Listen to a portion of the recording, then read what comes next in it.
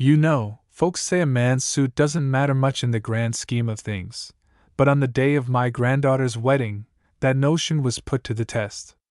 I still remember the way my hands shook a little as I buttoned my old navy blazer, bought it on sale at a Sears in Des Moines for $100, wore it to every formal event since Margaret passed. It's held up, just like me. Not flashy, but honest. I arrived at Allison's new home in Oakwood Heights, a wealthy suburb that always felt a world away from my own brick ranch in Cedar Grove. Her fiancé, Eric, met me at the door. Tall, confident, a grin that never quite reached his eyes. "You really came in that suit, Charles?" he said, not bothering to hide the edge in his voice. I looked past him, hoping for a more civil welcome, but instead saw the gleam of crystal glassware and the clatter of expensive silverware, signs of money, sure, but not warmth. Before I could answer, my daughter Rachel hurried in from the kitchen, arms full of steaming dishes. "Dad, you made it!" Come in," she said, smiling, though her eyes darted nervously to Eric. But Eric just shrugged, swirling his wine. "I'm just being honest," he said. "Image matters, especially in wedding photos.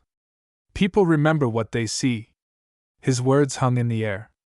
The room felt colder, and for a second I was back in the old courthouse, watching a young man try to impress everyone with the size of his wallet instead of the content of his character. "This suit's seen more courtrooms and graduations than you can count," I replied, keeping my voice steady. "It's always done the job." Eric snorted. "Maybe at the VFW, but in our circle, CEOs, investors, old money, appearances count for everything." Rachel set the dishes down harder than she meant to. "Dad looks fine, Eric. Can we just—" But he waved her off. "Some folks can't afford nice tailoring, I get it. But Charles, you could have asked for help. We would have made sure you fit in." That word, fit in, stuck like a burr in my mind. After a lifetime as a county judge, I'd seen pride and insecurity in many forms, but there was something especially cold about Eric's kind.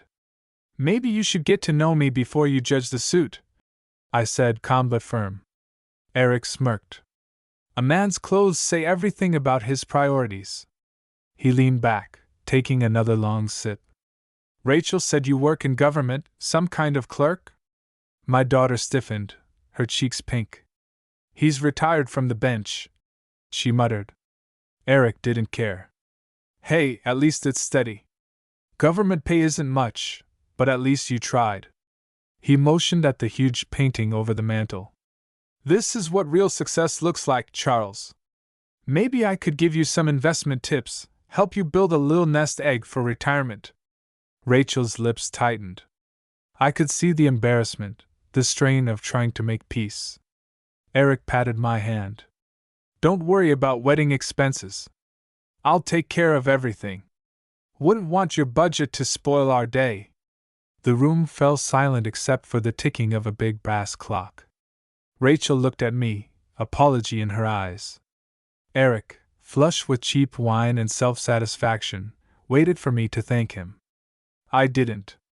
Instead, I felt a familiar chill, the kind I'd gotten in court when a defendant revealed his true self. "That's thoughtful," I said quietly, meeting Eric's gaze. Rachel shot to her feet, her voice sharp. "Eric, I think you should go home now. You've had too much." For a second, he stared in confusion, then irritation. "What? We haven't even, now," she said, and her tone brooked no argument. He left in a huff, muttering something about elephants in the room. Rachel trailed after him, her voice a mix of shame and apologies. The front door closed with a click that echoed through the quiet house. When she returned, the confident executive was gone, replaced by a daughter on the verge of tears. "Dad, I'm so sorry. Eric isn't usually like this. Stress, the wedding, the wine, he gets defensive." She twisted her engagement ring, staring at the floor. "You're not mad at me, are you?" "No, honey," I said softly. "Sometimes it's easier just to let people show who they really are." These things take time. She reached out, squeezing my hand. You'll give him another chance, right? He just needs to get to know you.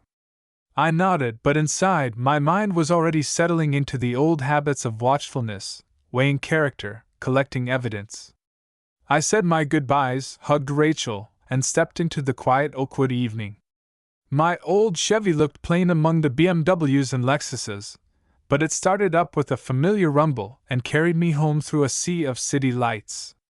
The drive back to Cedar Grove was quiet, but my mind wasn't.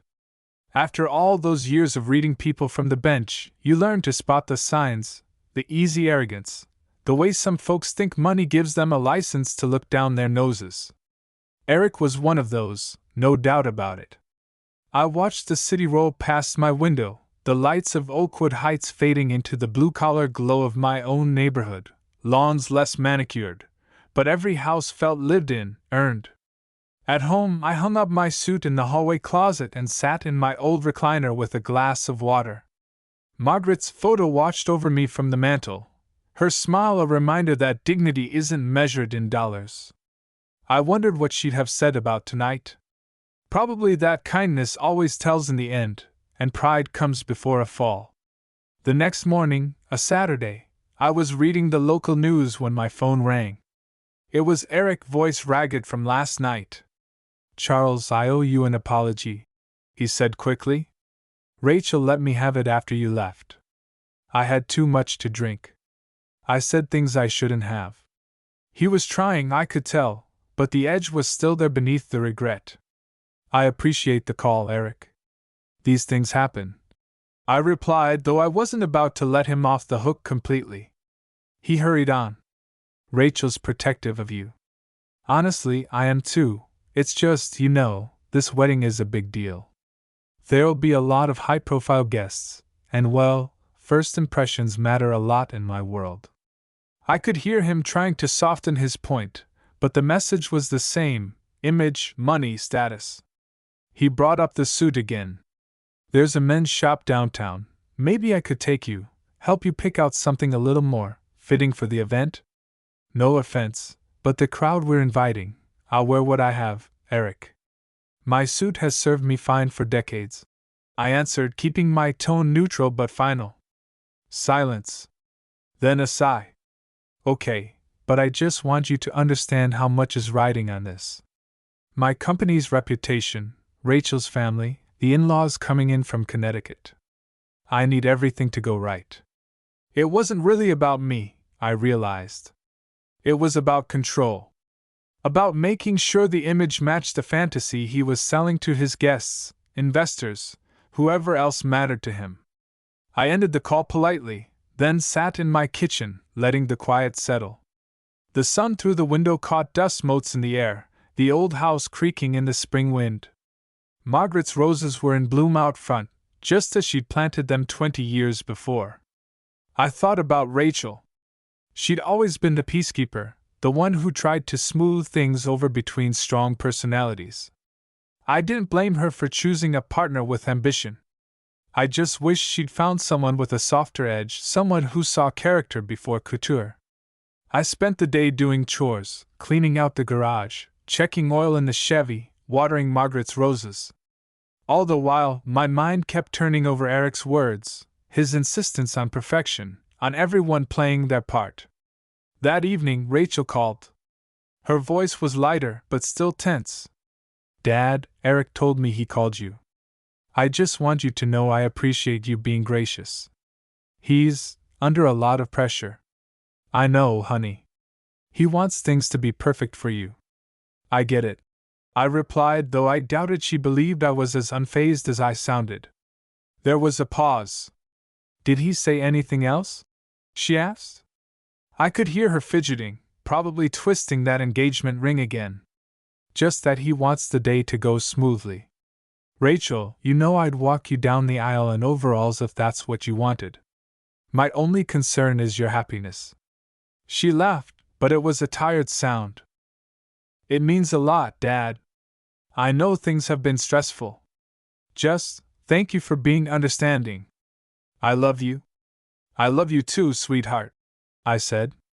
And for the record, you'll always be my little girl, no matter how fancy the wedding. After we hung up, I sat a while, thinking about the years that had passed since Margaret's funeral, the quiet evenings, the slow rebuilding of my life. I'd learned to live with solitude, but Rachel was a piece of Margaret I still had, a bridge to a world that sometimes felt too fast, too shiny, too sharp. That night, I prepared my suit for the wedding. Pressed it, polished my shoes, checked the tie. I took the invitation from the fridge, heavy cardstock, gold lettering, Oakwood Grand Hotel. A place I'd never have visited if not for this wedding. I looked up directions, studied the parking situation, even researched the hotel's layout online. Habit, I suppose. 30 years of judicial planning makes you thorough. I wanted no surprises, no stumbles. 3 days before the wedding, Rachel called again. This time, her excitement was real. Dad, the flowers came in. The dress fits perfectly. Even Eric is starting to relax. She laughed, a sound that reminded me of Margaret on a sunny day. I hope you're ready to dance. I wouldn't miss it for the world, I promised. And I meant it. The night before the wedding, I laid out everything: suit, tie, shoes, invitation. I polished my cufflinks, the same ones Margaret gave me for our 25th anniversary. I stared at myself in the mirror a long time that night. 68 years old, hair thinning, lines around my eyes, but still standing straight. Still here. Wedding morning dawned bright and clear. I woke early, unable to sleep. The house was quiet, except for the songbirds in the yard. I ate a simple breakfast, drank my coffee standing at the kitchen sink, then dressed carefully, each step deliberate, almost ceremonial. Before leaving, I walked into Margaret's old garden, touching the blossoms she'd loved. "Wish me luck," I whispered, and for a moment, I almost heard her voice in the wind. The drive to Oakwood Grand Hotel was smooth. The parking lot was filled with cars I couldn't name, sleek, silver, expensive.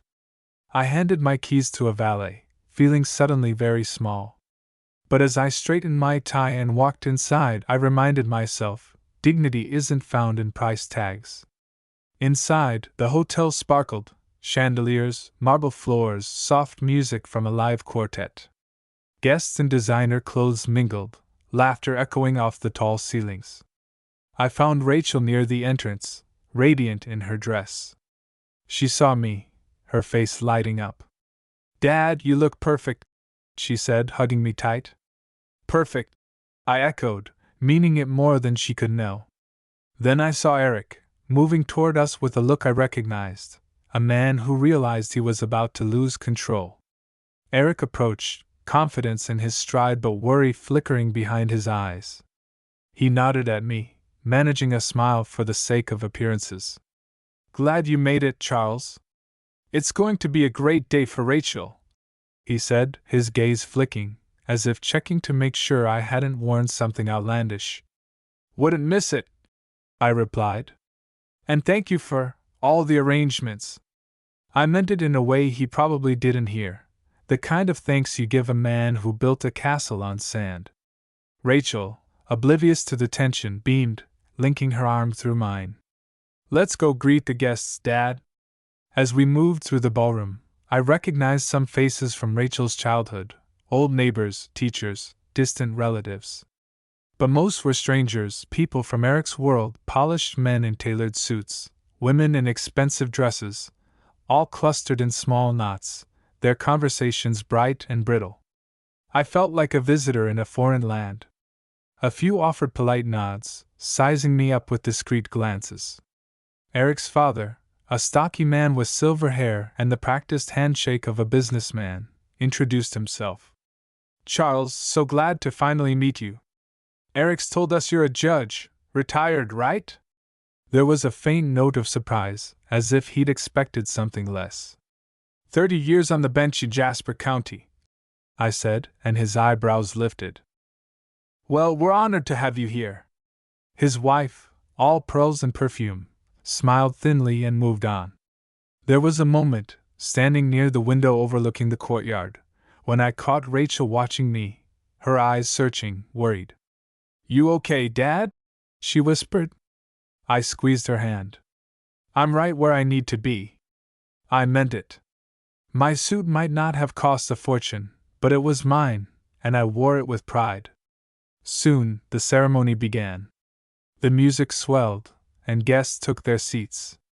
I walked Rachel down the aisle, her arm trembling in mine, her smile bright and a little scared. Eric waited at the altar, all polished confidence. I handed her to him, gave her a kiss on the cheek, and took my seat in the front row. For a moment, watching my only daughter say her vows, all the friction and worry melted away. But as the ceremony ended and the celebration shifted into the reception, that tension crept back. I watched Eric working the room, moving from table to table, greeting every guest like a candidate on election night. When he came to me, his smile had hardened, all professional charm. "I hope you're enjoying yourself, Charles," he said quietly, as if checking up on me. "We have quite a guest list, CEOs, judges, a couple of state senators. I know you don't like the spotlight, but it's important everything runs smoothly." I looked him in the eye. "You did well, Eric. Rachel's happy, and that's what matters. As for the rest, well, these folks came to celebrate love, not a fashion show." Eric hesitated, then forced a chuckle. "Maybe, but it doesn't hurt to look the part." He leaned in, lowering his voice. "You remember our conversation? I really hope there won't be any issues." His words were smooth, but there was a warning underneath. Before I could respond, a commotion near the entrance drew everyone's attention. 2 hotel security guards had arrived, and Eric strode over, gesturing for them to come closer. I watched, heart sinking, as Eric quietly spoke with them, nodding in my direction. Rachel, noticing the tension, rushed to his side, her face flushed with confusion. "Eric, what are you doing?" she asked, her voice sharp with panic. Eric whispered something, and Rachel spun around to look at me, eyes wide. The security guards began to walk toward my table. The guests fell silent, their conversations drying up as everyone turned to watch. One of the guards, a tall man named Victor with a polite but firm expression, addressed Eric. "What seems to be the problem, sir?"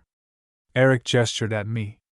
"This man, he wasn't supposed to attend in that suit. We discussed dress code, he ignored it. I'd like him removed, please." His voice rang out across the room, carrying authority he hadn't earned. Rachel gasped. "Eric, that's my father." "You can't." Eric cut her off. "Rules are rules. I can't have my wedding compromised by someone who refuses to meet standards. This is a 6-figure event." The guests murmured. I stood, adjusting my jacket, feeling every eye on me. Victor turned, studying me for a moment, then looked back at Eric. "Sir, I'm afraid I can't do that.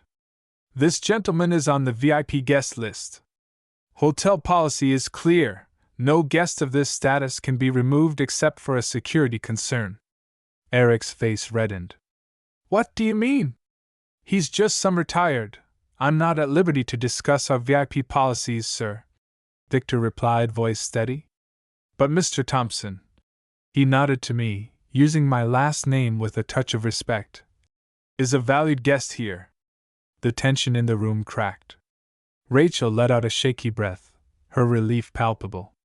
Eric was livid, fists clenched, but the authority he thought he had was gone. Guests began whispering, a few of the older men nodding in my direction, some women giving Eric sideways looks. For all his posturing, he'd revealed himself to be exactly what he was, a man who believed money could buy respect. Rachel crossed the room to me, took my hand. "I'm sorry, Dad. I didn't know." I squeezed her hand gently. "It's all right, honey. Nothing's ruined that wasn't already broken." Eric tried to recover, but his embarrassment was obvious. The rest of the evening, people treated me differently, more genuine, more curious. I told stories of my years on the bench, of Margaret, and our early days in Cedar Grove, of Rachel's childhood adventures. One by one, the guests saw me as more than my suit.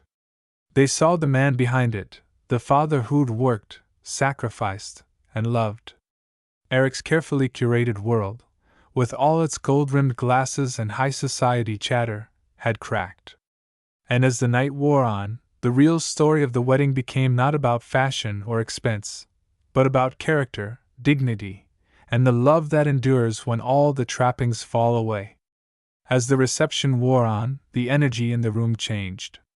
People who had ignored me earlier now approached with warm handshakes and genuine smiles. I could see the shift in their eyes, no longer just sizing up the old man in the wrong suit, but curious about the father who had quietly stood his ground. Rachel never left my side for long, as if anchoring herself after the storm. The meal was served on fine china, with servers in black vests moving quietly among the tables. Rachel's old friends shared stories from their college days, laughter echoing beneath the high ceilings. I listened, smiling, but my mind kept returning to Eric and the way he tried to use power, status, and rules to control the day. Eric circulated among the guests, but his smile didn't reach his eyes anymore. He made small talk with his business associates, glancing my way every so often as if afraid I'd cause another disruption. But I had no desire for drama. My point was made without a single raised voice. Midway through dinner, Eric's father, Mr. Ellis, took the seat beside me. He leaned in, voice low. "You handled yourself well today, Charles. There's more to people than their clothes. I was wrong to judge you by appearances." I nodded. "We all make mistakes, sir. It's what we do next that matters." He smiled, then turned the conversation to Rachel, his pride in his new daughter-in-law shining through. "She's a remarkable woman. Strong, smart. You raised her well." For the first time that day, I saw a bit of humility in his eyes. We talked about our children, the joys and worries that never really fade, no matter how old they get. As the toasts began, Rachel's best friend stood, raising her glass with trembling hands. "To Rachel and Eric, may you build a life together full of patience, laughter, and understanding. And may you always remember the people who love you for who you are, not what you wear or what you have." Her words hung in the air, and I saw several heads turn toward me. Rachel squeezed my hand beneath the table. "That one was for you, Dad," she whispered. After dinner, the dance floor filled up. Rachel and Eric shared their first dance, the room softening as she rested her head on his shoulder. Despite everything, there was real affection in her eyes, a tenderness that reminded me of Margaret on our wedding day. I felt a pang of longing, wishing she could see this moment, her daughter's happiness, hard-won and fragile. Eventually, Rachel found me sitting near the edge of the crowd, watching the younger folks swirl across the polished floor. She extended her hand. "Dance with me, Dad." I hesitated, my knees not what they used to be, but she insisted, and soon we were shuffling along to an old tune from the 70s. Rachel laughed, her eyes sparkling. "You're still the best dancer I know." "That's a low bar, sweetheart." I grinned, but the warmth in her voice wrapped around my heart like a quilt on a cold night. As the music played, I noticed Eric talking to one of his friends near the bar, voice tense. The friend, a slick-looking man in a dark suit, kept glancing over at me. I caught snippets of conversation. "Old-fashioned, stubborn, not worth the trouble." I let the words wash over me unmoved. After the dance, I excused myself and stepped outside into the hotel's garden. The night air was cool and fragrant with blooming flowers. The sounds of the party faded, replaced by the gentle rush of a nearby fountain. For a while, I just stood there, looking up at the stars, thinking about Margaret and all the years between then and now. It wasn't long before I heard footsteps behind me. Eric had followed, his face drawn tight in the moonlight. "Charles, I owe you another apology," he started. "I let my pride get in the way." I wanted everything to be perfect, but I lost sight of what matters. Rachel loves you, and I should have shown more respect. His voice was steadier now, more genuine. I studied him for a moment. Eric, you've got ambition, that's clear. Just remember, someday, all the money, the big parties, they won't mean as much as the people in your life. Don't let pride steal what's most important. He nodded, looking away. I'll try to do better. For Rachel. For you, too. We stood there a moment longer, two men from different worlds, the past and the future balanced on a quiet promise. When I returned inside, the mood had softened. People danced, laughed, shared memories. Rachel was radiant, surrounded by friends and family. Eric joined her, and for the first time that day, I saw him truly smile, a small step, but a step all the same. As the night ended, Rachel hugged me tight. Thank you for everything, Dad. For standing up for yourself. For being here. Always, I replied, kissing her forehead. The valet brought my old Chevy around, and I drove home beneath the streetlights, the city now quiet and peaceful. My suit jacket was wrinkled, my feet ached, but my heart was full. At home, I placed Margaret's photo back on the mantel and whispered, "She's in good hands." I poured myself a cup of tea and settled into my recliner, letting the silence wash over me. The day hadn't gone as planned, but sometimes that's how you find out what truly matters. And so, the wedding of Rachel and Eric became not just a celebration of their love, but a quiet victory for dignity, for respect, and for the enduring power of family. The days after the wedding passed quietly, but the events lingered in my mind like the aftertaste of strong coffee. I went about my daily routines, watering the garden, walking to the park, chatting with my neighbor Mrs. Tuttle over the fence. But every now and then, my thoughts would drift back to that hotel ballroom, to the moment Eric tried to cast me out, and was stopped not by force, but by simple respect. A few days later, Rachel called. Her voice was warm, but I could hear something underneath, an uneasiness. Dad, I just wanted to thank you again for everything. Eric's been quieter since the wedding. More thoughtful, I guess. He's still embarrassed, but he's trying. He even suggested we come visit you this weekend. I smiled, feeling the old hope return. I'd like that. Tell him there's a lawnmower here with his name on it. Rachel laughed, the sound more genuine than I'd heard in weeks. That Saturday, they arrived, Eric carrying a homemade pie, Rachel with flowers from her garden. We sat on the porch, drinking lemonade and watching the birds dart between the trees. Eric was different. He asked questions about my life, about Margaret, about how Rachel was as a child. He even took a turn mowing the lawn, working up a sweat in his expensive sneakers. After lunch, Rachel wandered into the kitchen, leaving me and Eric alone on the porch. For a while, we just watched the clouds drift by. Finally, Eric cleared his throat. I grew up thinking respect was something you could buy, he admitted, staring at his hands. My dad drilled it into me, appearance, success, never let them see you sweat. But I saw something at the wedding. When those security guards wouldn't throw you out, when people started treating you with real respect, not because of your suit, but because of who you are, I realized I was wrong. He looked up at me, searching my face for a reaction. I nodded slowly. It's never too late to learn, Eric. We all make mistakes. What matters is what we do next. He smiled, a real, grateful smile, and for the first time, I believed he could truly become the man Rachel deserved. That afternoon, we shared stories. I told them about growing up in a small Iowa town, about meeting Margaret in a library during a thunderstorm, about working 3 jobs so Rachel could go to college. Eric listened, sometimes laughing, sometimes shaking his head in disbelief. Rachel brought out old photo albums, and we passed them around, images of birthdays, camping trips, holidays. Margaret's gentle smile in every frame. I watched Eric study those pictures, and I saw a shift, a slow understanding of what real wealth looked like. As the sun began to set, Eric and Rachel prepared to leave.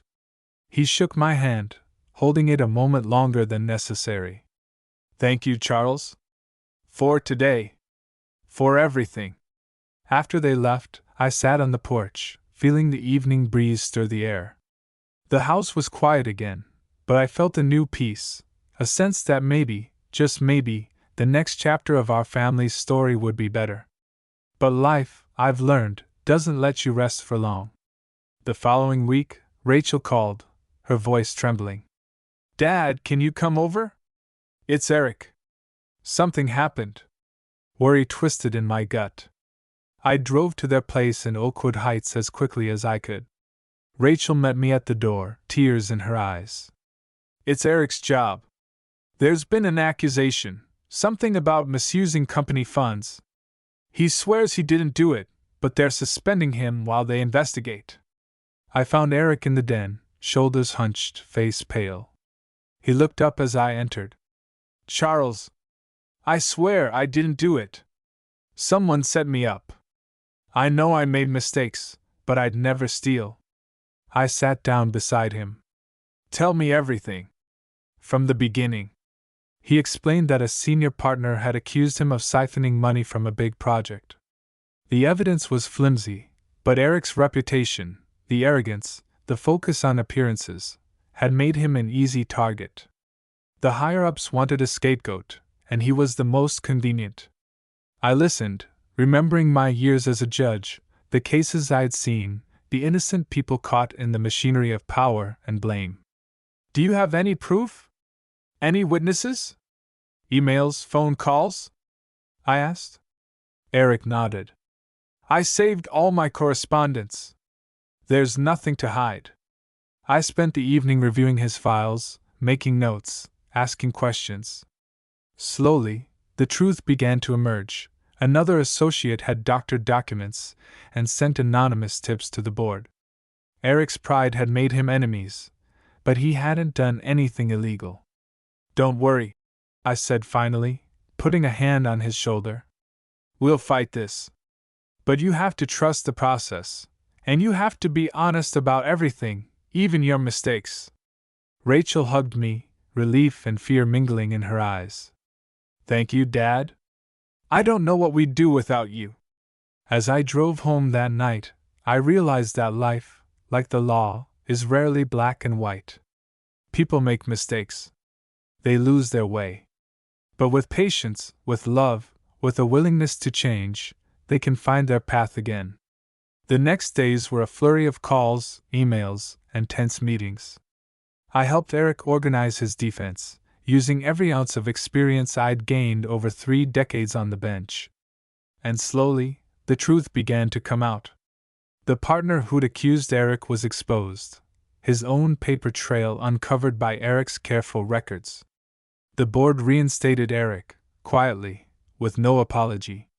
He returned to work, a little more humble, a lot more grateful. Rachel called that night, her voice filled with joy. "Dad, it's over. Eric's been cleared. We couldn't have done it without you." I smiled, feeling a weight lift from my chest. "That's what family's for, honey." Spring faded into summer, and the peace that followed Eric's ordeal brought our family closer than ever. Rachel called more often. Sometimes they'd both drive over for Sunday lunch. Eric was different now, quieter, more attentive, and always quick to lend a hand. He'd started volunteering at a local shelter, using his connections to help families find jobs and housing. Rachel told me, with a proud smile, that he'd even organized a fundraiser at his firm for the first time. One Sunday, as we sat under the shade of the maple trees in my backyard, Rachel asked, "Dad, what made you keep helping Eric, even after everything?" She looked at me with those same blue eyes Margaret once had, filled with curiosity and hope. I thought about it a moment, running my finger along the old wooden table Margaret and I had refinished together years ago. "Because, honey, everyone deserves a second chance, especially when they're willing to learn. And I saw in Eric what your mother saw in me all those years ago, a man who could grow." even if it took him a while to figure out what matters. Eric smiled, embarrassed. I've been a real fool, Charles. I spent too long caring what strangers thought, forgetting about the people who actually matter. I wish I could go back and fix it all. I shook my head. The only thing you can fix is what you do next. Make today count. Be good to Rachel. That's all I ask. He nodded, more serious than I'd ever seen him. We spent the afternoon talking and laughing, sharing memories of Margaret. Rachel told stories about her childhood, how she'd snuck cookies before dinner, how I once tried, and failed, to build her a treehouse. Eric listened, wide-eyed, as if discovering new parts of his wife with every story. Later that week, I got a call from Mr. Ellis, Eric's father. Charles, I want to thank you. My boy, well, he's changed. You gave him what I couldn't, perspective. I owe you. No debts between family, I replied. Just try to be there for each other. That's all that matters. Over the next few months, I watched as Eric and Rachel built a new life together.